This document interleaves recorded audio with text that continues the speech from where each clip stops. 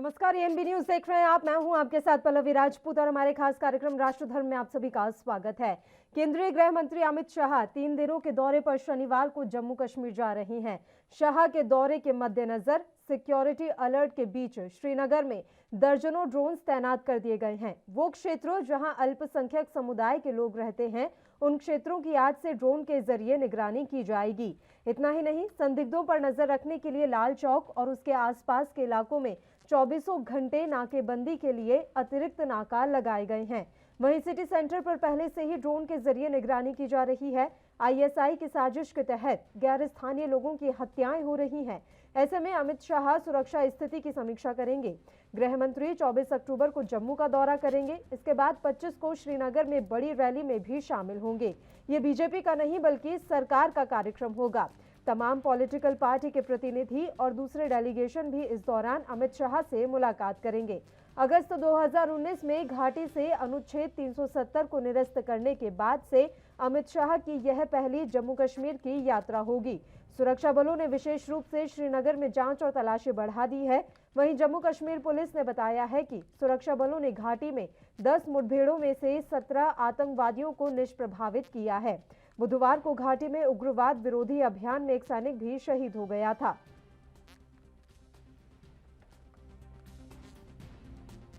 Recent जो incidents आपके सामने हुए हैं उसको बेसिस पर एक ड्रोन ग्रिड श्रीनगर सिटी में बनाया है, डीजी JNK और IG CRPF मिलके। तो उसी के सिलसिले में ये ड्रोन उड़ाया जा रहा है। बेसिकली उसको उड़ाने के एक ही मकसद है, माइनॉरिटी इलाके को ज़्यादातर हमारे नज़र पहुँचे और उनको जितना सिक्योरिटी दे सकते हैं वो देने का।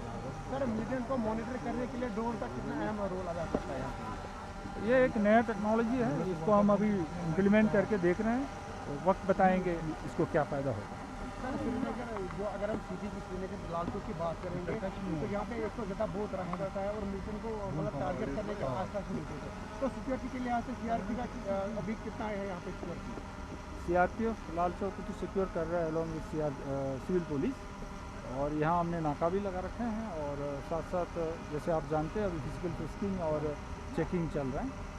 उम्मीद करता हूँ कि यहाँ कुछ इंसिडेंट ना हो, इसीलिए पूरे हम लोग दिन रात लगे हुए। की घटनाओं के बीच गृह मंत्री अमित शाह जम्मू कश्मीर के दौरे पर जा रहे हैं। जानकारी के मुताबिक अमित शाह शनिवार को कश्मीर के दौरे पर हैं। वहीं इस बीच कश्मीर के कई इलाकों में इंटरनेट को बंद कर दिया गया है। इसके साथ ही बड़ी संख्या में 2 व्हीलर भी जब्त किए गए हैं। कश्मीर जोन के पुलिस महानिरीक्षक विजय कुमार ने भी ट्वीट कर इस संबंध में जो है तमाम जानकारी साझा की है। आपको बता दें कि बीते कुछ दिनों से जम्मू कश्मीर में आतंकी घटनाएं काफी बढ़ गई हैं। आतंकी इन दिनों आम नागरिकों और प्रवासी मजदूरों को निशाना बना रहे हैं। हाल ही में आतंकियों ने यूपी और बिहार के 4 मजदूरों की हत्या कर दी थी। इसके बाद कश्मीर में सेना आतंकियों के खिलाफ अभियान चला रही है। इस अभियान के तहत सुरक्षा बलों ने अब तक कई आतंकियों को मार गिराया है। वहीं पुलिस के अधिकारियों ने यह भी जानकारी दी है कि अभी 2 दिन पहले ही घाटी में 1 दर्जन टावरों को बंद कर दिया गया है। इसी तरह के कदम उन इलाकों में उठाए जा रहे हैं जहां बीते कुछ दिनों में आतंकियों ने आम नागरिक या गैर कश्मीरियों को निशाना बनाया है। इन हालातों के बीच में केंद्रीय गृह मंत्री अमित शाह का ये दौरा कई मायनों में अहम माना जा रहा है। अमित शाह कश्मीर दौरे पर रहेंगे। श्रीनगर में उनकी एक रैली भी आयोजित की जाएगी। श्रीनगर के SKICC में एक रैली आयोजित की जाएगी जिसमें करीब 10,000 लोग शामिल होंगे। अगस्त 2019 में घाटी से अनुच्छेद 370 को निरस्त करने के बाद से अमित शाह की यह पहली जम्मू कश्मीर यात्रा होगी। गृह मंत्री अमित शाह के दौरे को देखते हुए घाटी में सुरक्षा व्यवस्था कड़ी कर दी गई है।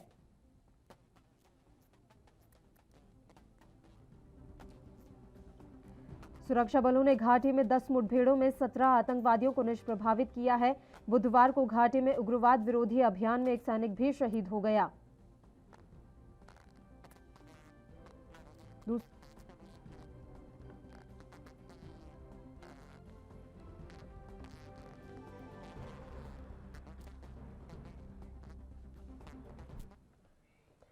और चलिए अब इस महत्वपूर्ण मसले पर हम चर्चा की शुरुआत कर लेते हैं। 3 मेहमान इस समय हमारे साथ लाइव जुड़ गए हैं। मेहमानों से आपका परिचय करवा देते हैं। कांग्रेस पार्टी का पक्ष रखने के लिए इस समय रत्नाकर सिंह जी हमारे साथ जुड़ गए हैं। इनके अलावा खेमचंद शर्मा जी हमारे साथ इस समय जुड़ गए हैं भारतीय जनता पार्टी से, और रक्षा विशेषज्ञ भी इस समय हमारे साथ जुड़े हुए हैं कैप्टन VN झा।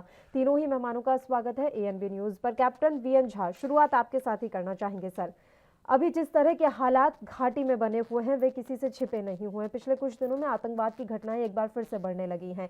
इन सब के बीच में केंद्रीय गृह मंत्री खुद जा रहे हैं। वो घाटी जाएंगे, सुरक्षा स्थिति की समीक्षा करेंगे। उनके दौरे के बाद और उनके दौरे के क्या कुछ आप मायने समझ रहे हैं, और उनके दौरे के बाद क्या स्थितियों में कुछ बदलाव आएगा, क्या हम कोई संदेश दे पाएंगे, ये सब मैं आपसे समझना चाहूंगी।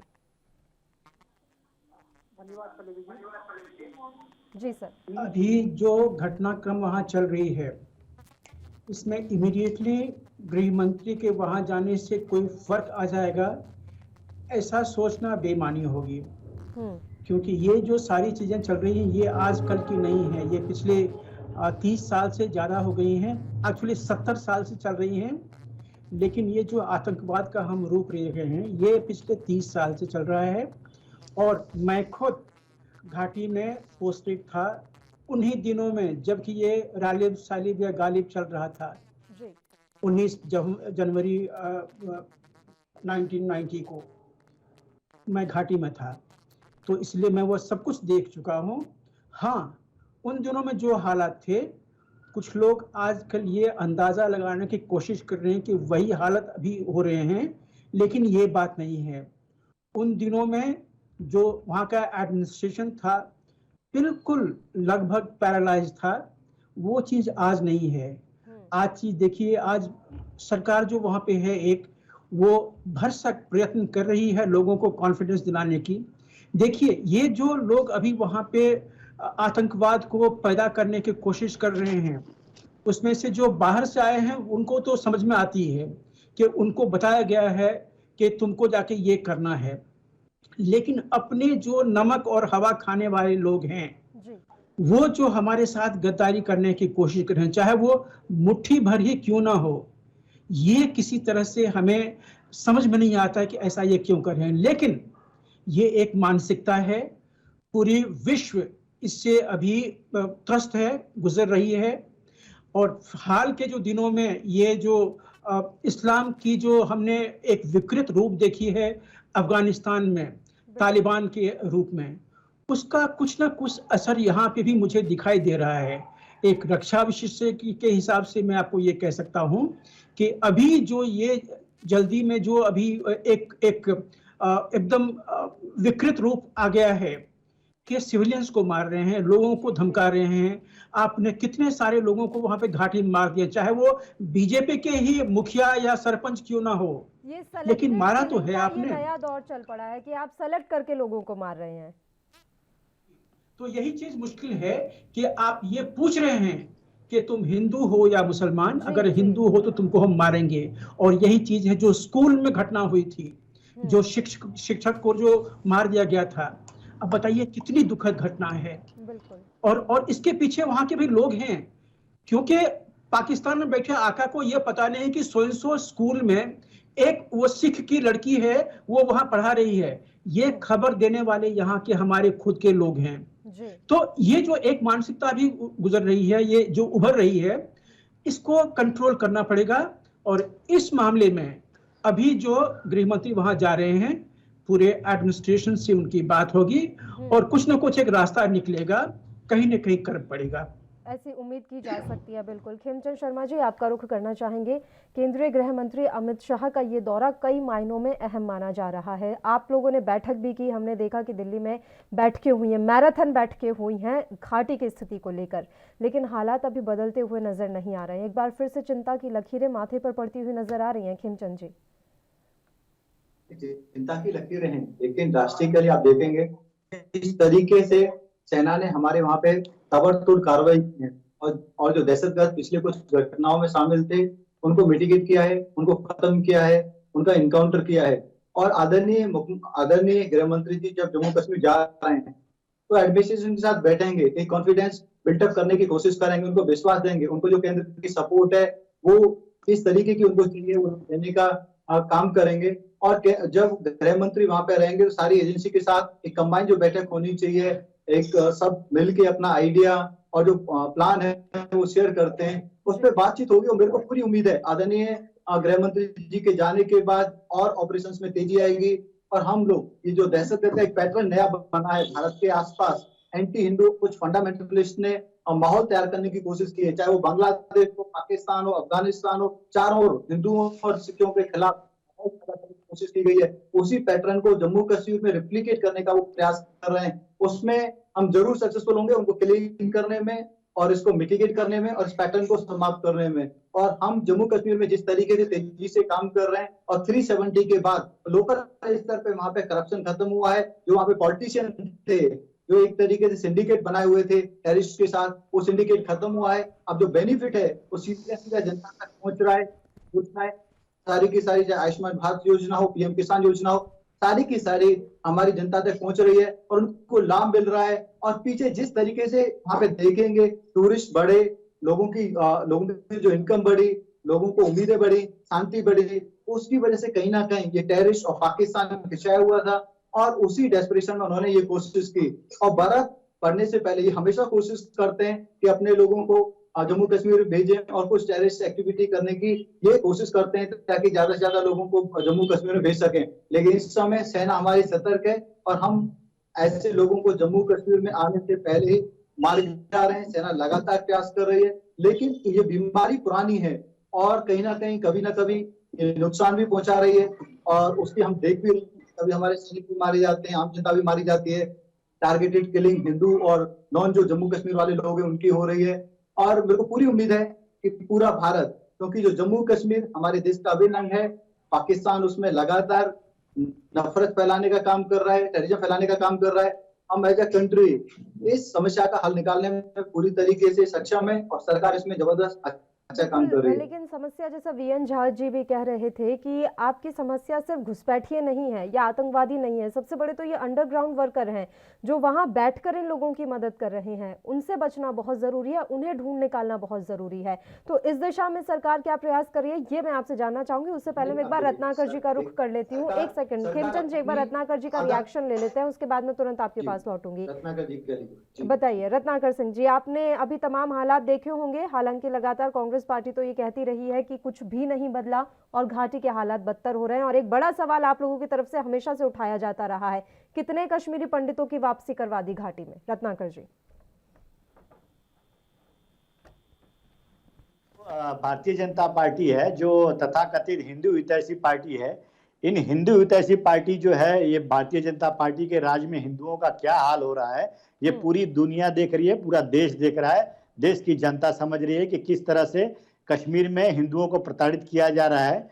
यह 370 हटाने से पहले ये दम्भ था इनका कि कश्मीर में जो है अमन चैन लाएंगे, कश्मीर में शांति बहाली करेंगे, कश्मीर में हम आतंकियों को, अब आतंकी हमले नहीं होंगे। लेकिन सच्चाई इससे कुछ परे है। अगर आप देखेंगे तो 2021 का मैं आंकड़ा दे देता हूं, 2021 में ही सिर्फ 137 आतंकी हमले हुए हैं, जिसमें से 32 जवान शहीद हुए हैं और जिसमें 26 नागरिकों की मौत हुई है। तो क्या मोदी जी को जो मौतें हुई हैं, जो शहीद वहां हुए हैं जवान वहां पे, क्या उनके परिवार वालों को वो जवाब देंगे? क्या जो विधवाएं हुई हैं जवानों की, जो औरतें विधवाएं हुई हैं, उनके गम में वो शामिल हैं? क्या वो बच्चे जो यतीम हो गए हैं उन बच्चों को के लिए वो क्या कर रहे हैं? क्या इनकी पॉलिसी जो है वो कहीं ना कहीं जो 370 हटाकर और जो अमन चैन कायम करने के जो इनका दावा था वो कहीं ना कहीं पूरी तरह से बिल्कुल फेल हो चुका है? यह वही हिंदू हितैषी पार्टी है जो कहती थी कि हमारे राज्य में हिंदू बिल्कुल तरह से सुरक्षित है, कश्मीर पंडित जो है हम पुनर्वास करेंगे, कश्मीरी पंडितों का हम कश्मीरी पंडितों का लाएंगे। लेकिन आज परिस्थिति 1990 के दशक से भी खराब हो गई है, जबकि 1990 में 3 लाख कश्मीरी पंडितों को वहां से भागना पड़ा था। और वो कब किस शासन में भागना पड़ा था वो मैं आपको बता देता हूं। उस समय बीपी सिंह की सरकार थी और यही भारतीय जनता पार्टी जो फर्जी हिंदू हितैषी पार्टी कहती है अपने आप को, जो तथाकथित हिंदू हितैषी पार्टी है, ये उसी समय इनके ही समर्थन से वहां पे जनता दल की सरकार बनी हुई थी केंद्र में। और तभी 3 लाख कश्मीरियों पे जो है इस तरह का यात्रा हुआ और वहां से 3 लाख कश्मीरियों को, वहां से कश्मीरी पंडितों को भागना पड़ा। आज भी परिस्थिति 1990 से जो है बुरी हो चुकी है। मैं आपको और एक आंकड़ा देता हूं, अभी 150 परिवार कश्मीर से निकलकर जो अल्पसंख्यक परिवार है, जो कश्मीरी पंडित है, हिंदू हैं, वो कश्मीर से निकलकर जो है जम्मू में शिफ्ट हो गए हैं। ये क्यों ऐसा हुआ है? क्या ये गृह मंत्री जवाब देंगे? ये तो संसद में क्या कहते रहे थे कि हम जो है वहां पे अमन शांति लाएंगे 370 हटाकर, लेकिन इन्होंने किया क्या? इन्होंने वहां पे राष्ट्रपति शासन लगाया हुआ है और राष्ट्रपति शासन लगाने के बावजूद भी इनकी स्थिति जो है कंट्रोल नहीं है। क्या यह इनको वहां पे चुनाव नहीं कराना चाहिए? क्या वहां पे जनता की चुनी हुई सरकार को नहीं देना चाहिए? लोकतंत्र की बहाली करने का जिम्मेदारी किसकी है? ये जरा भारतीय जनता पार्टी के मेरे मित्र बताएं। लेकिन आपको लग रहा है कि अभी हालात वहां पर ऐसे हैं कि हम वहां विधानसभा चुनाव जो है करवा लिए जाएं? हालात को बदतर करने की परिस्थिति किसने जनरेट किया? हालात को, आज परिस्थिति को कंट्रोल करने की जिम्मेदारी किसकी है? यह भारतीय जनता पार्टी की। 370 हटाया, उसके बाद से आज जो अफगानिस्तान में जो परिस्थितियां चल रही हैं, उसमें से बॉर्डर पे जितने भी घुसपैठिए हो रहे हैं या अंदर जो सेल्स हैं वो एक्टिवेट हो चुके हैं, तो वो सारा जो खुफिया एजेंसी है, वो खुफिया एजेंसी भी नाकाम हो चुकी है। इनको देखिए, पुलवामा में जो हमला हुआ था उसमें 40 जवान शहीद हुए, तो वो आरडीएक्स कहां से आया ये आज तक तो पता नहीं कर पाए। तो ये क्या बड़े बड़े दावे करते हैं कि हम ये कर देंगे, वो कर देंगे, कश्मीर में जन्नत बना देंगे। आज तक कश्मीर में सिर्फ 2 बाहरी लोग प्लाट खरीद पाए हैं। ये परिस्थिति है वहां की, और ये दावे बड़े बड़े मीडिया पे आके चैनलों पे करते हैं। तो कहीं ना कहीं सच्चाई इससे बिल्कुल जुदा है, और उस परिस्थिति को कंट्रोल करने की जिम्मेदारी केंद्र शासित भारतीय जनता पार्टी की है, जो परिस्थिति 1990 से भी आज भयावह हो चुकी है। खेमचंद शर्मा जी बताइए। देखिए, बहुत दुख होता है जिन्होंने बीमारी को पनपाया, जिन्होंने बीमारी को पैदा किया, जिन्होंने कैंसर को क्रिएट किया, और वो आज ये कहते हैं कि कैंसर की बीमारी जल्दी सही क्यों नहीं हो रही। 370 को कौन लाया? 370 को पंडित नेहरू अपनी जिद के साथ लाए। अंबेडकर जी भी उसमें एग्री नहीं थे, बाकी लोग भी एग्री नहीं थे, लेकिन उन्होंने अपनी जिद के साथ 370 इंप्लीमेंट करा। और वो 370 भी टेम्परेरी था, उसको भी हमें लगातार वहां पे जारी नहीं करना था। लेकिन इनकी जो अपीजमेंट की पॉलिटिक्स थी, 370 को तो जारी रखा, उसके साथ साथ 35A भी लगा दिया, जो प्रो पाकिस्तानी था, जो पूरी तरीके से भारत से जम्मू कश्मीर को इंटीग्रेट नहीं होने दे रहा था, भारत को कहीं ना कहीं डिसएडवांटेज पे रखता था, भारत के जो दूसरे राज्य हैं उनकी जनता को डिसएडवांटेज पे रखता था। और इन्होंने उस बीमारी को खत्म करने का कोई प्रयास नहीं किया, और आधे कश्मीर को पाकिस्तान को इन्होंने दे दिया। इनकी गलतियों की वजह से आधा कश्मीर पाकिस्तान को चला गया। 1971 में जब हमने पाकिस्तान से जंग की थी और बहुत बड़ी लैंड पाकिस्तान की हमारे पास थी, ये उस समस्या को खत्म कर सकते थे, अपनी जम्मू कश्मीर को वापस ले सकते थे, और इस बीमारी को हमेशा के लिए समाप्त किया जा सकता था, लेकिन नहीं हुआ। पाकिस्तान के सैनिकों को छोड़ दिया गया, पाकिस्तान की जो जमीन है उसको छोड़ दिया गया। इवन अपने जो सैनिक पाकिस्तानी जो बंदी बनाए थे उन तक को वापस नहीं लिया, सारा नुकसान झेला गया। इवन करोड़ों की संख्या में बांग्लादेशी भारत में आए, वो बोझ भी हमने झेला, भारत को कुछ नहीं मिला। और ये बात बड़ी बड़ी करते हैं, अरे 370 यदि नहीं हटता और अफगानिस्तान के हालत आज की तरह होते तो वहां पे कंट्रोल करना और बस से बदतर हो जाता। 370 ना होने की वजह से वहां पे जो करप्शन का नेक्सस था वो खत्म हो चुका है। लोकल पॉलिटिशियन, लोकल पार्टियां जो वहां पे गौरव धंधा करेंगी वो खत्म हो चुका है। आम जनता खुश है, आम जनता को बेनिफिट मिल रहे हैं, उनको SC/ST कानून का बेनिफिट मिल रहा है, उनको PM किसान का मिल रहा है, उनको आयुष्मान भारत का बेनिफिट मिल रहा है, जितनी भी केंद्र की योजनाएं सीधे सीधे उन तक पहुंच रही हैं। अब जो स्लीपर सेल है, स्लीपर सेल आज से नहीं है, वर्षों से वहां पे स्टेब्लिश है। और सबसे ज्यादा बदतर स्थिति कांग्रेस की सत्ता में थी, चाहे वो PV नरसिंह राव जी का जमाना था, चाहे इनकी सपोर्टेड गौड़ा जी की सरकार थी, चाहे फिर 10 साल मनमोहन सिंह जी की सरकार रही। मोदी जी की सरकार आने के बाद तेजी से वहां पे टेररिस्ट को मारा गया, मिटिगेट किया गया, स्थिति को नॉर्मल किया गया। स्थिति इतने तक नॉर्मल हो गई कि वहां पे चुनाव, लोकल स्तर के चुनाव हुए और विधानसभा चुनाव के लिए भी स्थिति बनने की पूरी आप देखेंगे तैयारी हो गई थी। लेकिन अब परिस्थिति, क्योंकि वहां पे बर्फ पड़ने से पहले हमेशा पाकिस्तान की ओर से कोशिश की जाती है टेररिस्ट को घुसाने की। अफगानिस्तान में भी परिस्थिति चेंज हुई है, अपने यहाँ पे भी हमारे जो कांग्रेस और अपोजिशन वाले हैं वो सिर्फ और सिर्फ नेगेटिविटी फैलाने का काम कर रहे हैं। तो ये जो चीजें हैं ये टेम्परेरी है। मेरे को पूरा विश्वास है हमारे सेना, हमारी सुरक्षा एजेंसी और सरकार की जो तत्परता है इन चीजों को जल्दी रिजोल्व कर लेगी, और हम जम्मू कश्मीर में इलेक्शन भी कराएंगे। और जम्मू कश्मीर के लिए जो हमारा विजन है कि वहां पे हम डेवलपमेंट भी लाएंगे, पीस लाएंगे, उसमें हम सक्सेसफुल होंगे। चलिए VN झा जी आपके पास आना चाहेंगे। दोनों ही पक्षों की बात आपने सुनी। अब मैं आपसे समझना चाहती हूँ कि धारा 370 हटने के बाद आप क्या बदलाव वहां पर महसूस कर रहे हैं? क्योंकि देखिए जो मुख्य मंशा थी वो तो यही थी कि हम आतंकवाद की घटनाओं में कमी लाएंगे। आपको लग रहा है कि कुछ वहां पर अब हालात ठीक हुए हैं? पल्लवी जी, आज मुझे बड़ा अच्छा एहसास लग रहा है कि मैं दो पॉलिटिशियंस के साथ में यहाँ पर बैठा हुआ हूँ। बहुत सारी चीजें सीखने को मिल रही है। जी। अभी मुझे पता चला कि भारतीय जनता पार्टी हिंदुओं की पार्टी है, और ये भी पता चला कि कश्मीर में अभी राष्ट्रपति शासन लगा हुआ है। हमें पता नहीं था। देखिए, अभी हम लोग कंफ्यूज कर रहे हैं दो चीजों में। एक तो जो जो आपने डिस्कशन शुरू किया था उससे हम लोग भटक गए हैं। डिस्कशन ये था कि क्या कश्मीर में वही दिन आ रहे हैं, लेकिन हम लोग उससे भटक गए। एक चीज याद रखिए, देखिए मैंने तो 1990s के वो दिन देखे हैं जबकि वो रालिब सालिब गालिब चल रहा था। हर मंदिर, हर मस्जिद से हमारे एयरफोर्स के ऑफिसर थे, पंडित, जो घाटी से भाग के एयरफोर्स स्टेशन में आके पूरे पूरे परिवार के साथ में छुपे हुए थे वहां पे जी। कि हमें किसी तरह से यहाँ पे रख लो, क्योंकि हम लोगों के उन दिनों में वहां पे रेसिडेंशियल एकोमोडेशन नहीं था, वो एक बैरक में रहते थे। जी। और ये सिर्फ उन्हीं की बात नहीं है, बहुत सारे लोगों की बात है जो आके वहां छुपे हुए थे। तो वो जो दिन थे वो तो किसी भी तरह से दोबारा आ ही नहीं सकता है। हाँ, अभी एक चीज जरूर हो रहा है कि दहशत का माहौल हिंदुओं के खिलाफ और बीजेपी के खिलाफ वहां पे क्रिएट किया जा रहा है पिछले कई महीनों से। देखिए, वहां पे जो बीजेपी के मुखिया सरपंच मारे गए हैं, तो एक ही चीज कन्वे कर रहे हैं वो लोग कि अगर तुम बीजेपी को बिलोंग करते हो, या अगर तुम हिंदू को बिलोंग करते हो, या तुम बाहर से यहाँ पे काम करने के लिए आए हुए, तो हम तुमको मारेंगे। और इसीलिए ये मानसिकता वहां पे क्रिएट की जा रही है। लेकिन ये वो चीज नहीं है, 90 की बात नहीं है। 90 में टोटली एकदम बिल्कुल अफरा तफरी था। मुझे 30 सेकंड और दीजिएगा। जी जी बताइए। वो अफरा तफरी का माहौल जो हमने देखा हुआ वो किसी भी तरह से अभी नहीं है, क्योंकि जिस दिन यहाँ पे इन लोगों को मारा गया था, सेना उन हर जगह पे थी। सेना हर वो कोशिश कर रही थी कि ये डर का माहौल वहां पैदा नहीं हो। लेकिन हम मान लेते हैं कि कश्मीर में वहां पे डर का माहौल है। यहाँ पे बाकी सब जो जगह है, चाहे वो कहीं पे भी जहां से हिंदू भाग रहे हैं, पलायित हो रहे हैं, वहां पे कौन सा डर का माहौल है?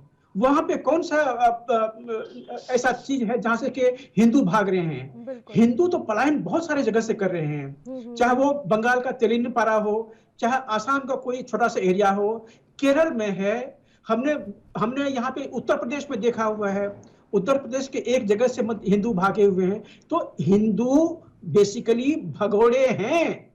थोड़ी सी भी डर के लिए उनको एहसास होती है तो भाग जाते हैं। हाँ, अपनी जान की रक्षा के लिए, अपने परिवार की रक्षा के लिए वो जरूर भागते हैं। ये उनका अधिकार है।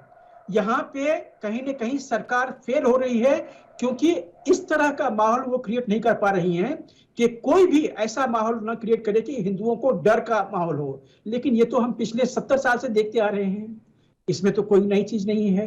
कश्मीर से ही सारे पंडित भागे हुए हैं। 1990 के भगोड़ापन से पहले भी ऐसा हुआ था। तो ये सारी चीजें होती हैं, लेकिन इन दो चीजों को आप कंपेयर नहीं कर सकते हैं। अभी हालत इतनी बुरी नहीं है, हालत बिल्कुल मतलब एक तरह से मुट्ठी में है। लेकिन ये डर का जो माहौल अभी बना रहे हैं ये जिहादी लोग, तो ये एक गलत चीज हो रहा है। इस पे कहीं न कहीं गृह मंत्री को एक अलग से एक पहल करनी पड़ेगी। जितने भी जिहादी हैं मारो। मैं मुसलमान की बात नहीं कर रहा हूं, वहां पे कम से कम 60% मुसलमान जो हैं वो देशभक्त हैं, मुट्ठी भर जिहादी हैं, और उनका साथ देने वाले जो वो उनके सिंपैथाइजर्स हैं वो हैं। ये बहुत कम लोग हैं, तो उनको कंट्रोल में करो। एक एक जिहादी को चुन चुन के मारो। हम आपके साथ हैं, पूरी देश आपके साथ है। आपने अलग-अलग दौर देखा है। एक भी मुसलमान की हत्या ना हो। अगर मैं बात करूं तो आपने वाकई में अलग-अलग दौर देखा है। आप लंबे समय तक सेना में भी रहे। अब सेना की सक्रियता, सेना की प्रेजेंस आपको कितनी अलग नजर आती है? क्योंकि अभी हम देख रहे हैं कि पिछले 12 दिनों से कंटिन्यू हम देख रहे हैं पुंछ के जंगलों में सर्च ऑपरेशन चल रहा है। तो ये जो बदलाव है वो आपने कितने महसूस किए सर? देखिए, उन दिनों में जो हमने देखा हुआ है, उन दिनों में सेना के हाथ बंधे होते थे। आज सेना का हाथ बंधा हुआ नहीं है। चाहे एक भी वारदात कहीं पे होती है, सेना डायरेक्टली वहां चली जाती है। और चूंकि अब धारा 370 चली गई है, तो अब वहां के जो पॉलिटिशियन महात्मा हैं, चाहे वहां का जो गवर्नर है, किसी से ऑर्डर लेनी नहीं पड़ती है, किसी से ये परमिशन नहीं लेना पड़ता है, वो सीधा वहां पहुंच जाते हैं। तो ये एक बहुत बड़ी चीज हुई है धारा 370 के हटने के बाद। हाँ, एक मानसिकता जो है घाटी में कि इस्लाम का जो एक रेडिकल ग्रुप जो भी सामने आया हुआ पिछले लगभग 15-20 साल से जो आया हुआ है, ये एक विकृति जरूर हुई है वहां के समाज में। बहुत सारे लोग वहां पे ऐसे हैं जिनकी लीनियंसी जो है वो रेडिकल के साथ में है। और खास करके जब से ये तालिबान का ये रूप देखा हमने अफगानिस्तान में, कहीं न कहीं एक जरूर सुगबुगाहट आई है कि हम कश्मीर में भी तालिबानी शासन कर सकते हैं। बिल्कुल, और उसी का अब जो है परिणाम भी हमें देखने को मिल रहे हैं कि किस तरीके से वहाँ हालातों को बदलने की कोशिश की जा रही है। रत्नाकर जी, आपका मैं रुख करूंगी। अभी आपने वीएन झा जी की तमाम बातें सुनी होंगी और उन्होंने कहा है कि अभी वो दौर नहीं आया है। उन्होंने 90 के दशक में बहुत बुरा दौर देखा है, अभी हालात उतने बदतर नहीं है। और सेना कितनी अब फ्री हुई है वो भी आपके साथ उन्होंने अभी साझा किया है। रत्नाकर जी, देखिए, मैं विशेषकर बात करूंगा भारतीय जनता पार्टी की नीतियों की। अगर कहीं इस पे देखा जाए तो भारतीय जनता पार्टी की नीतियां कश्मीर मुद्दे पे पूरी तरह से विफल रही है। हम लोग कभी भी सेना के ऊपर उंगली नहीं उठाते हैं, सेना के पौरुष पे, पराक्रम पे हमेशा गर्व करते हैं। सेना आज है तो हम सुरक्षित हैं, और सेना जो भी काम करती है उसके लिए हम उसका इस्तेकबाल करते हैं। लेकिन मैं ये कहना चाहूंगा कि सिर्फ सेना को खुला छूट दे देने से परिस्थितियां जो है कंट्रोल में आ जाएंगी, परिस्थितियां वहां पे जो है वो ठीक हो जाएंगी, ये कहना भी एक तरह से एकदम बिल्कुल सही नहीं है। जब तक कि वहां पे लोकल नीतियां हैं, लोकल जो लीडरान हैं, जो वहां पे नेतागण हैं, उनको आप साथ में लेके नहीं चलेंगे, वहां पे जब तक कि लोगों से बात नहीं करेंगे, आप सिर्फ बंदूक के बल पे सिर्फ आप चाहेंगे कि हर चीज कंट्रोल कर लिया जाए, तो ये नहीं संभव है। अगर बंदूक के बल पे हर चीज कंट्रोल होता तो आज अफगानिस्तान का नजारा कुछ और होता। मैं वही भारतीय जनता पार्टी को बोलना चाहता हूं कि आप जो है अपनी गलत नीतियों को उस पर पुनर्विचार करें, कहां पे गलती हुई है, कहां पे आपने जो है इस तरह की गलतियां की है जिससे कि वहां पे जनता को खामियाजा भुगतना पड़ रहा है। आए दिन आतंकी जो है हमले होते जा रहे हैं, और आपने देखा होगा कि आज कोई दिन ऐसा नहीं है जिस दिन हमारे वीर जवान शहीद न होते हों। आज हर दिन कोई ना कोई जवान जो है शहीद हो जाता है आतंकी हमले से। तो कहीं ना कहीं जो स्लीपर सेल्स हैं वहां पे जो एक्टिवेट हो चुके हैं पूरी तरह से, उनको निष्काम करने की काम जो है करना चाहिए। और ये पूरी तरह से जो जांच एजेंसियां हैं उनको पूरी तरह से, बीच में रोक रही हूँ, तो ब्रेक भी लेना है। उसके अलावा मेरे कुछ सवाल थे आपसे, मैं आपके पास भी वीएन झा जी लौटूंगी। एक छोटे से ब्रेक के लिए पहले हम यहाँ पर रुक लेते हैं, फौरन हाजिर होंगे।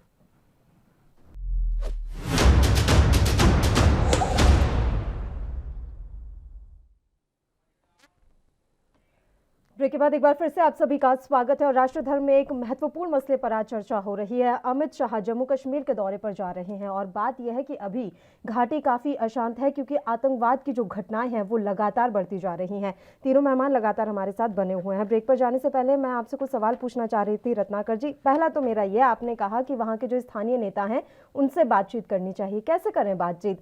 वो तो लगातार ये राग अलापते रहते हैं कि आप पाकिस्तान से बात करो, आप पाकिस्तान से बात करो। अब आतंकवाद और बातचीत एक कैसे चल सकते हैं? और दूसरी बात आपने कही कि लोगों को साथ लेकर नहीं चल रहे। आज ही तस्वीरें सामने आई हैं कि श्रीनगर के कुछ इलाकों के लोगों को सेना ने अपने पास बुलाया, उन्हें आत्मरक्षा के गुर सिखाए जा रहे थे, और लगातार इस तरह की अलग अलग तस्वीरें सामने आ रही हैं। प्रयास तो जारी हैं, लेकिन इन प्रयासों का रंग दिखने में थोड़ा तो समय लगेगा। रत्नाकर जी, देखिए पल्लवी जी, जिस तरह का प्रयास जारी है भारतीय जनता पार्टी का, उससे नतीजा यही होने वाला है। ये सिर्फ कुछ जो नेता हैं, जो मैं स्पेसिफिक नाम नहीं लूंगा, उन नेताओं के बयान के आधार पे आप वहां के लोकल जो लीडर्स हैं उनसे बातचीत करना बंद कर दें। वहां पे सर्वदलीय मीटिंग जो बुलाई जानी चाहिए है, जो फ्रिक्वेंटली बुलाई जानी चाहिए, वो मीटिंग नहीं बुलाएं आप। और एक लीडर के बयान के ऊपर आप सोच लें कि नहीं, ये लोकल लीडर जो है वो कश्मीरियत के खिलाफ है और वो पाकिस्तान को इंटरफेयर करना चाहते हैं, तो ये मैं सही बात नहीं कहूंगा। आपको चाहिए कि आप सर्वदलीय बैठक बुलाइए, उसमें जो एजेंडा तय हो रहा है, जो बातें हो रही हैं, जो लोगों को, जनता को क्या बताना है, क्या कहना है, क्या समझाना है, किस तरह से उनको कॉन्फिडेंस में लेना है, वो वहां पे आप तय करिए। आप तो सिर्फ सर्वदलीय बैठक बुलाने के नाम पे आप सभी लोग को बुलाते हैं और एक फोटो खिंचवाते हैं और सारे मीडिया में सर्कुलेट कराकर आप वाह वाह करके और चले जाते हैं और जनता को दिखाते हैं कि भाई उन्होंने इस तरह से बोला, इसलिए हम जो है ये जो परिस्थिति है वो हमारे कंट्रोल के बाहर है। तो कहीं ना कहीं जब इस मसले पर सर्वदलीय बैठक बुलाई गई थी तो गुलाम नबी आजाद जी के मुंह से तो बड़े फूल झड़ रहे थे बैठक के बाद। तब तो उन्होंने कहा कि हमारी सारी बातें सुनी गई। आप बोल रहे हैं कि बस फोटो खिंचाने के लिए बुलाई जाती है बैठक। बिल्कुल, देखिए सर्वदलीय, देखिए यानी कि आजाद साहब झूठ बोल रहे हैं। मेरी बात पूरी समझ लीजिए, कहीं भी परिस्थिति अगर इस तरह की विषम हो जहां पे अल्पसंख्यकों को जो है के ऊपर हमला किया जाए और जवानों के ऊपर हमला किया जाए, तो इस तरह की परिस्थितियां जो वहां पे नाजुक हो गई हैं 1990 की याद दिला दे रही हैं। तो कहीं ना कहीं सरकार को वहां पे जो लोकल लीडर्स हैं उन लीडर्स को फ्रीक्वेंटली मीटिंग करते रहना चाहिए। आप एक बार सिर्फ मीटिंग करके हट गए और बोले कि चलो भाई ठीक है, दोनों लोग ताली बजाओ और निकल लिया, ऐसा नहीं होता। आप वहां पे आप किस तरह की परिस्थितियों को, किस तरह से जनता के अंदर कॉन्फिडेंस, जो वहां पे स्लीपर सेल्स हैं वो किस तरह से जो एक्टिवेट हो गए हैं उनको आप डीएक्टिवेट करने के लिए वहां पे जनता, आपको जो लोग हैं वहां पे खुफिया एजेंसीज हैं जो वहां पे आपके आदमी हैं, अमित शाह और ऐसी वो लोगों को एक्टिवेट होना पड़ेगा वहां पे। बिल्कुल, ऐसी रिपोर्ट्स हैं कि कई पॉलिटिकल पार्टीज के जो नेता हैं वो मिलने वाले हैं शाह से। इनके अलावा अलग अलग डेलीगेशन की भी मुलाकात अमित शाह से होनी है। मैं उम्मीद करती हूँ कि कांग्रेस पार्टी की तरफ से भी कोई ना कोई वहां पर जरूर जाएगा। झा साहब, मैं आपको, खिमचंद जी मुझे एक बार थोड़ा सा टाइम दे दीजिएगा, झा साहब से मैं जवाब ले लेती हूँ। बताइए सर। पल्लवी जी, मैं दो चीजों पे थोड़ा सा बात करना चाहता हूँ। जी सर। एक तो कश्मीर की जो समस्या है ये सिर्फ लॉ एंड ऑर्डर नहीं है। देखिए, घाटी में लगभग मुट्ठी भर हिंदू बच गए हैं और उसमें थोड़े से सिख हैं, थोड़े से बाकी हिंदू हैं।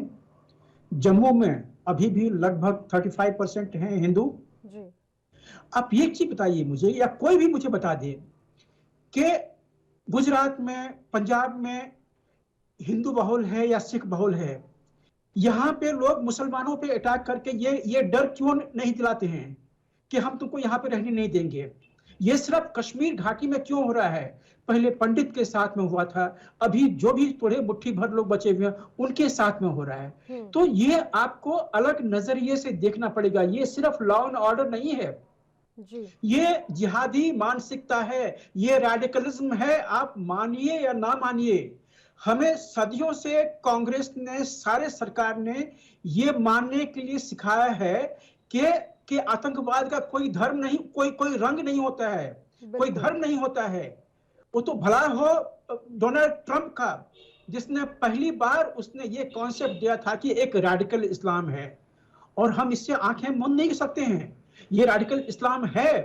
और दूसरी चीज मैं आपको ये बताना चाहता हूं, सेना कहीं ना कहीं भारतीय सरकार के दबाव में कुछ आ रही है, क्योंकि जो सेना को एक फ्री हैंड देना चाहिए वो नहीं मिल रहा है। क्योंकि आपके चैनल पे भी और बाकी चैनल पे भी हम पिछले लगभग 3-4 महीने से हम ये बात कर रहे हैं कि वहां पे एलओसी के दूसरे तरफ में जितने भी जो स्लीपर सेल्स हैं या लॉन्च पैड्स हैं उसमें टेररिस्ट भरे पड़े हैं।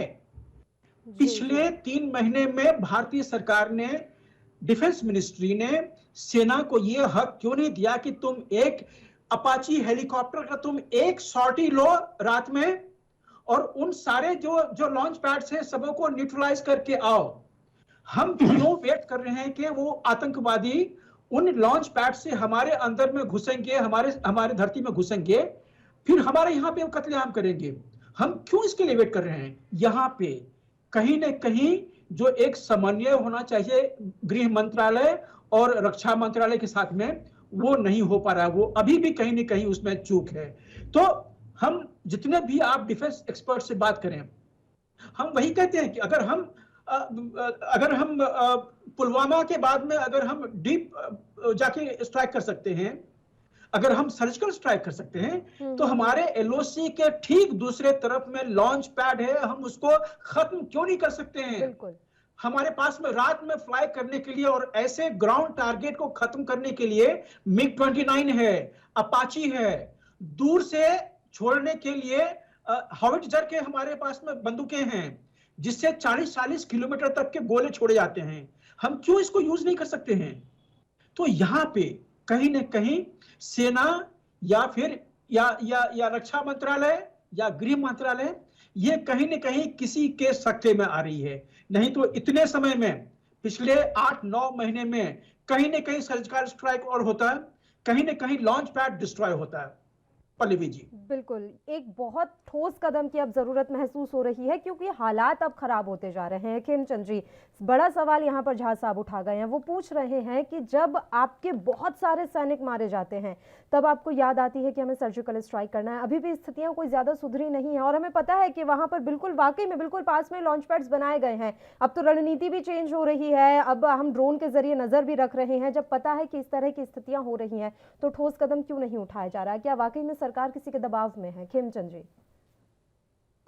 सर्जिकल स्ट्राइक बार बार करना ये एक ऑप्शन नहीं हो सकता, लेकिन हाँ हो सकती है और हमारे सरकार के ऑप्शन खुले हुए हैं।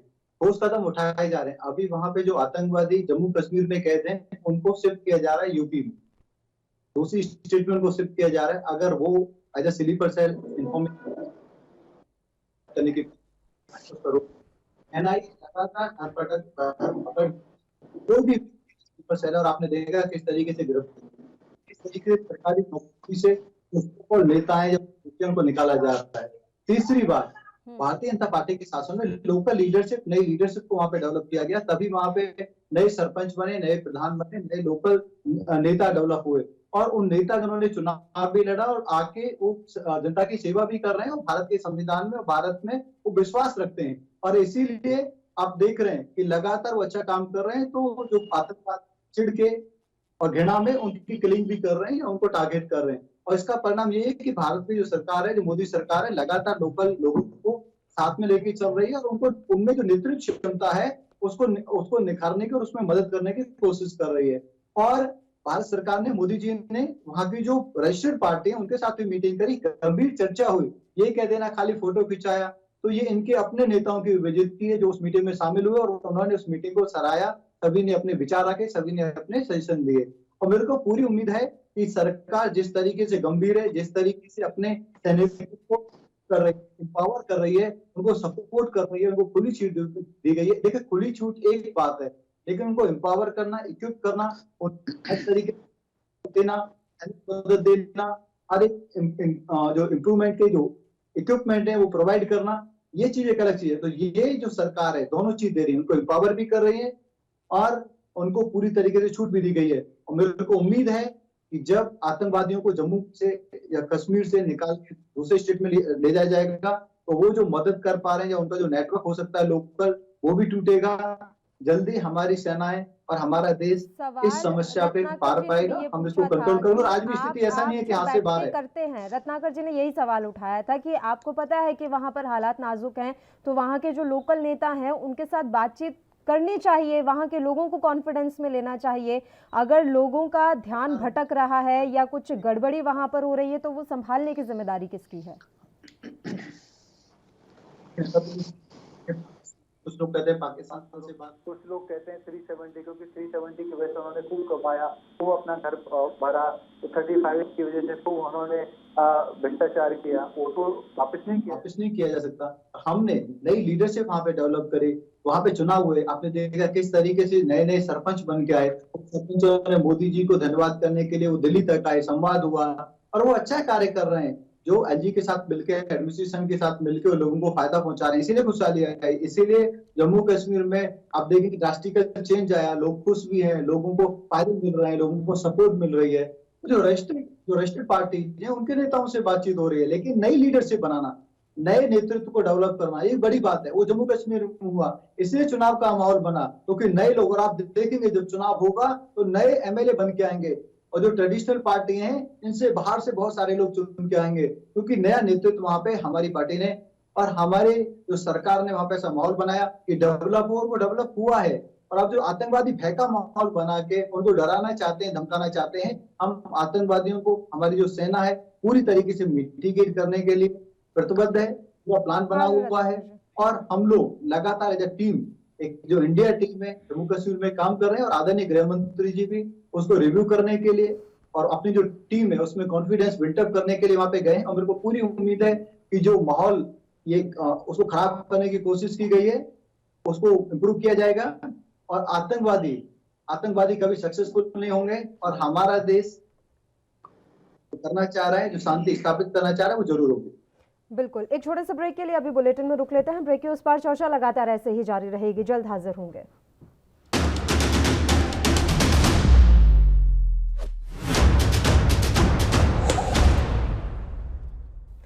ब्रेक के बाद एक बार फिर से आप सभी का स्वागत है। तीनों मेहमान लगातार हमारे साथ बने हुए हैं। एक बार फिर से चर्चा की शुरुआत कर लेते हैं। बताइए रत्नाकर जी, और लगातार ये बात कही जा रही है भारतीय जनता पार्टी की तरफ से कि कोशिशें लगातार जारी है, विकास की जो योजनाएं हैं वो हम लोगों तक पहुंचाने का प्रयास कर रहे हैं। और एक चीज मैं अपनी भी ऐड कर देती हूँ, पत्थरबाजी जैसी घटनाओं में भी बहुत कमी आई है सर।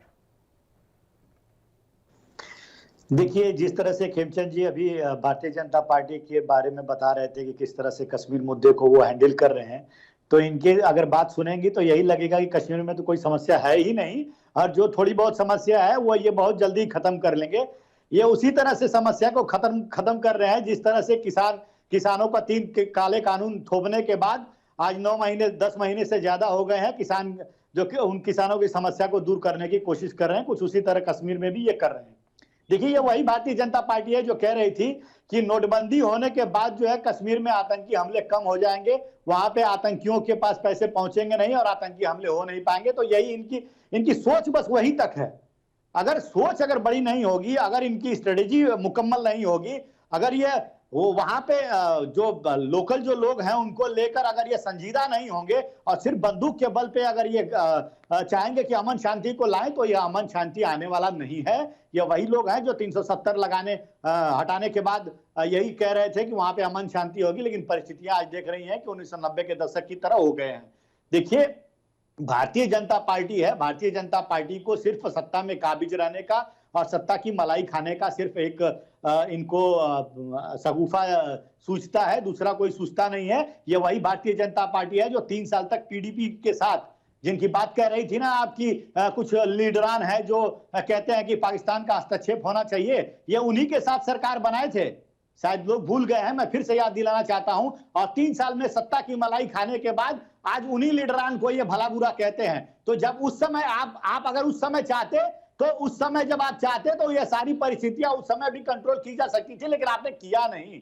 आपने क्या किया है, आपने 370 हटाकर सिर्फ दिखा दिया है कि हमने 370 हटा दिया है भाई, अब यहाँ पे अमन शांति होगी, हमने नोटबंदी कर दिया है, अब यहाँ पे कोई आतंकी घटना नहीं होगी। लेकिन हो क्या रहा है, हो उसके ठीक उल्टा रहा है। जैसा कि किसान आंदोलन में आप लोगों ने कहा था कि ये 3 कृषि काले कानून आ जाएंगे, 3 कृषि काले कानून जो आप लगा देंगे तो किसान जो है सुखी हो जाएंगे, उनकी आय 2 गुनी हो जाएगी। लेकिन हो क्या है, किसान दिन पर दिन आत्महत्या करते जा रहे हैं। तो मैं एक उदाहरण दे रहा हूं, उसी तरह से कश्मीर की भी बात ले लीजिए। कश्मीर में ये पूरी तरह से नाकाम हो चुके हैं, ये सिर्फ बंदूक के बल पे, और चाह रहे हैं कि वहां पे अमन शांति लाई जाए। लेकिन इस तरह की परिस्थिति को जो है वहां पे मिलकर बैठकर जनता को कॉन्फिडेंस में लेकर, और जो भी इस तरह के लोग इन्वॉल्व हैं उनकी खुफिया जानकारी खुफिया एजेंसियों को पहुंचाने का जो है काम जनता करती है वहां पे, उनको जनता को भरोसे में लेना चाहिए। लोकल लीडरांस हैं जो वहां पे लोकल नेता लोग हैं, उनके साथ फ्रीक्वेंट मीटिंग करना चाहिए भारतीय जनता पार्टी को, और उनकी समस्याओं को सुनना चाहिए। क्योंकि जितनी भी परिस्थितियां वहां पे हैं, लोकल लीडर जितनी अच्छी तरीके से और जितनी बारीकियों से जानते हैं, उतनी बारीकियों से वहां पे जो है देखा ना सर, निकाय चुनाव भी तो हुए रत्नाकर जी, निकाय चुनाव भी तो वहां पर करवाए गए हैं, और ऐसी कोई बहुत कैजुअलिटी तो नजर आई नहीं है कि हाँ कोई बहुत बड़ा आतंकी हमला इस दौरान वहां पर हो गया हो। देखिए, आतंकी हमला जिस तरह से हो रहे हैं, जिस तरह से रोज लोग जवान मर रहे हैं, आप रोज देख रही हैं, तो कहीं ना कहीं उनकी विफलता है। कहीं ना कहीं इस तरह के आतंकी हमले हो रहे हैं हिंदुओं के ऊपर, मैं जो जानना चाह रही हूँ वो ये है कि निकाय चुनाव भी तो वहां पर हुए। और एक मैं बहुत बड़ी बात आपको यहाँ बोलना चाह रही हूँ सर, धारा 370 हटाने से पहले ये खूब धमकियां हमने भी सुनी थी कि अगर ऐसा हुआ तो खून की नदियां बह जाएंगी, ये हो जाएगा, वो हो जाएगा। और आज हम देखते हैं कि वहां पर तिरंगा फहराया जाता है। क्या वो तिरंगा देखकर आपको खुशी नहीं होती? मैं पूरी कांग्रेस पार्टी के लिए जानना चाहती हूँ कि जब तिरंगा लाल चौक पर होता है, जहां किसी ने उम्मीद नहीं की थी, आज वहां तिरंगा फहराया जाता है हर लोकतंत्र के पर्व पर, तो कैसा महसूस करते हैं आप, रत्नाकर जी? देखिए, कितना बड़ा योगदान रहा है कांग्रेस पार्टी का जम्मू कश्मीर को लेके, ये कोई बताने वाली नई चीज नहीं है। और आज तिरंगा जो वहां पे फहर रहा है उसको देख के हमें भी गर्व होता है। और तिरंगा जो है इस देश की शान है, कहीं भी फहरेगा हमको गर्व होगा, कांग्रेस पार्टी को गर्व होगा। लेकिन जिस तरह की परिस्थिति वहां पे बनी हुई है, उस परिस्थिति को कंट्रोल करने की जिम्मेदारी जो है वहां पे केंद्र सरकार की है। और वहां पे जो उपराज्यपाल हैं, एलजी हैं, उनकी जिम्मेदारी बनती है कि उनकी परिस्थितियों और जो वहां पे जनता, जो बेगुनाह जनता है जो मारी जा रही है, जो जवान जो है वो शहीद हो रहे हैं, इस सब परिस्थितियों पे कंट्रोल करने की जिम्मेदारी जो है केंद्र सरकार की है। और वहां पे भारतीय जनता पार्टी से हम कांग्रेस पार्टी वाले मांग करते हैं कि वहां पे लोकतंत्र की बहाली की जाए, ताकि वहां पे जो लोकतंत्र की बहाली हो, जनता जो है वहां पे जनता की सरकार, चुनी हुई सरकार हो और जनता के नुमाइंदे वहां पे हो। और इस तरह की कोई भी घटना हो जो लोग वहां पे इन्वॉल्व है, जनता खुद सामने आकर पुलिस वालों को या फिर सेना के जवानों को बताएं कि इस तरह की चीजें हो रही है। तो ये सब एक प्रोसेस के थ्रू होता है। आप सिर्फ बंदूक के बल पे वहां पे चाहें कि हम हर चीज कंट्रोल कर लेंगे, तो ये नहीं होने वाला है। चलिए झा साहब बताइए। देखिए, मैं पॉलिटिकल बैकग्राउंड से नहीं हुआ हूं, इसलिए चाहे रत्नाकर जो कहते हैं या बीजेपी के प्रवक्ता जो कहते हैं, मैं उस पर ज्यादा कमेंट नहीं कर सकता हूं। लेकिन मुझे ऐसा लगता है कि जब ये सरकार ने अपना पहल शुरू किया था, जब पंचायती चुनाव करवाए थे, पूरे घाटी में बहुत सारे, मतलब भारतीय जनता पार्टी के भी, कुछ कांग्रेस के भी, कुछ एनसीपी के भी, बाकी भी पार्टी के सारे लोग वहां पे चुने गए थे। और जब ये सब लोग मिलके अपना पंचायती सरकार के रूप में योगदान दे रहे थे, वही तो है प्रजातंत्र।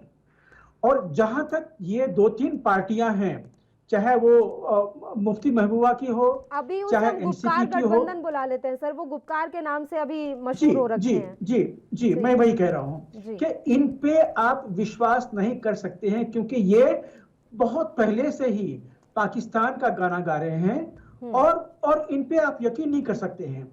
अभी आपको पता चला कि आप जिसको सिक्योरिटी दे रहे थे वो पाकिस्तानी नागरिक था, उनके पार्थिव शरीर को पाकिस्तानी झंडे में दफनाया गया है। तो ये सब चीजें जो हो रही थी, ये तो हमें बाद में पता चला है।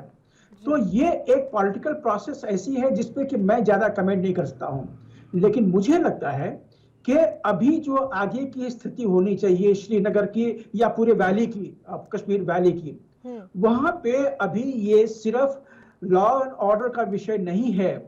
वहां पे कहीं न कहीं एक धार्मिक कट्टरता जो है, वो तालिबान के जीतने के बाद वहां पे सुबगाहट हो रही है। और ये सिर्फ घाटी में ही नहीं है, हर वो जगह में जहां पे कि ऐसे रेडिकल ग्रुप्स के जो समूह हैं वहां पे भी ये मानसिकता आ रही है। अभी जब से ये जब तालिबान वहां पे अफगानिस्तान में आई है, पाकिस्तान एक जिहाद गुरु के रूप में विश्व में उभरा है कि वो अब जिहादी को पनपाएगा और उसी से वो जितने भी नॉन इस्लामिक कंट्रीज हैं वहां पे वो अपना शासन फैलाएगा। तो ये एक बहुत बड़ी विकृति भी शुरू हुई है, जिसको भारत सरकार को किसी न किसी तरह से लेना पड़ेगा। और यहाँ की जो हमारी जनता है, जिसमें खास करके मुसलमान, उनको ये चीज सुनना पड़ेगा, उनको ये महसूस करना पड़ेगा कि जो चीज अफगानिस्तान में हो रहा है या जो चीज किसी भी और इस्लामिक देश में हो रहा है, वो यहाँ भारत में नहीं हो सकता है। यहाँ पे किसी न किसी तरह से एक सहिष्णुता, जो फ्रेंडशिप होती है, जो यूनियनशिप होती है, उसको रखना पड़ेगा, जो कि आजकल नहीं हो रहा है। और ये सिर्फ भारत की बात नहीं है। अब देखिए यहाँ बांग्लादेश में क्या हो रहा है, बिल्कुल क्यों वहां पे ऐसे अटैक हो रहे हैं। फ्रांस चले जाइए आप, यूके में देख लीजिए, यूके में आप ये घटना हो रही है। कहीं पे भी, खास करके नॉन मुस्लिम जो देश हैं, जहां पे ये चीजें अभी तालिबान के शासन के, अफगानिस्तान में शासन के बाद शुरू हुई है, ये सिर्फ एक ही चीज दिखाता है कि ये जो रेडिकल इस्लाम की जो एक मानसिकता है, इसमें कहीं न कहीं सुगबुगाहट आई है और इसको कहीं न कहीं किसी न किसी तरह से इसको समाप्त करना पड़ेगा, चाहे कुचल के हो, चाहे फ्रेंडशिप से हो, इसको बंद करना पड़ेगा। नीतियां बदलने की पल्लवी जरूरत जी। है। खेमचंद जी, क्योंकि समय की भी कमी है तो मैं आखिरी कमेंट आपसे ही ले लेती हूँ सर, जल्दी से आप अपनी बात रख दीजिए। खेमचंद जी। कि जो रेडिकल मुस्लिम है, रेडिकल हाँ। नाम है, वो एक बहुत बड़ा चैलेंज है और पूरे विश्व के लिए चैलेंज है। भारत के लिए जाता है क्योंकि भारत के जो पड़ोस में आतंक का ग्रुप बैठा हुआ, पाकिस्तान बैठा हुआ है, लेकिन पूरे विश्व के लिए हम तो उसको चैलेंज को झेल ही रहे हैं, लगातार उससे फाइट कर रहे हैं, अपनी तैयारी भी कर रहे हैं, इंटरनल भी तैयारी कर रहे हैं, एक्सटर्नल भी तैयारी कर रहे हैं। लेकिन विश्व की सारी शक्तियों को इसको समझना पड़ेगा, नहीं समझेंगे तो सबको नुकसान होने वाला है। जैसे अभी आदरणीय हमारे पैनलिस्ट ने बताया कि यूके में हो रहा है, फ्रांस में हो रहा है, यूरोप में हो रहा है, यूएस में हो रहा है, हर जगह इस तरीके की घटना है। इस रेडिकलाइजेशन भी टेररिज्म का एक सॉफ्ट फॉर्म है और ये सॉफ्ट फॉर्म ज्यादा खतरनाक है, तो इन दोनों को हमें मिटिगेट करना पड़ेगा। भारत सरकार इन दोनों को याद कर रही है और डेमोक्रेसी जो ग्राउंड लेवल की डेमोक्रेसी है वो हमने जम्मू कश्मीर में स्थापित करी। वहाँ पे लोकल निकाय का चुनाव करा के लोकल एडमिनिस्ट्रेशन, लोकल गवर्नमेंट वहाँ पे स्थापित करके वो लोकल निकाय की जो सरकार है सीधा सीधा जो एडमिनिस्ट्रेशन है एसजी का जो एडमिनिस्ट्रेशन है उसके साथ संपर्क करके काम कर रही है। इसलिए वहाँ पे खुशहाली आई, इसीलिए वहाँ पे तेजी से डेवलपमेंट हुआ, सड़कें बनी, लोगों को रोजगार मिला, लोगों को काम मिला। अब जो स्थिति चेंज हो रही है वो पाकिस्तान डेस्परेटली ट्राई कर रहा है कि अफगानिस्तान के बाद उसको एक नया फ्यूल मिला, एक नई एनर्जी मिली कि हम भारत को भी परेशान कर सकते हैं, तो वो अपना डेस्परेट अटेम्प्ट कर रहा है। मेरे को पूरी उम्मीद है हमारी सुरक्षा एजेंसी सक्सेसफुल होंगी और हमारा देश अपने आप को सुरक्षित पूरी तरीके से पहले सफल से ही होगा। आशंका जताई जा रही थी कि अफगानिस्तान में तालिबान का शासन स्थापित होने के बाद भारत में इसका असर जरूर पड़ेगा, खासकर कश्मीर घाटी के लिए, और वैसा ही अब होता हुआ भी नजर आ रहा है। शुक्रिया आप तीनों ही मेहमानों का तमाम चर्चा करने के लिए आप हमारे साथ जुड़े। तो आपको बता दें कि जम्मू कश्मीर में इन दिनों आतंकवाद की घटनाएं लगातार बढ़ती जा रही हैं। जम्मू कश्मीर को अस्थिर करने का प्रयास किया जा रहा है और इन सब के बीच केंद्रीय गृह मंत्री अमित शाह जम्मू कश्मीर के 3 दिवसीय दौरे पर जा रहे हैं। उम्मीद करते हैं कि उनके दौरे के बाद कुछ तो बदलाव आएगा, कोई तो ठोस रणनीति ऐसी बनाई जाएगी कि आतंकवाद पर सीधा प्रहार किया जा सके। इसी के साथ राष्ट्रधर्म में फिलहाल के लिए इतना ही। मुझे दीजिए इजाजत। देश और प्रदेश के तमाम ताजा खबरों के लिए आप देखते रहिए ANB न्यूज। नमस्कार।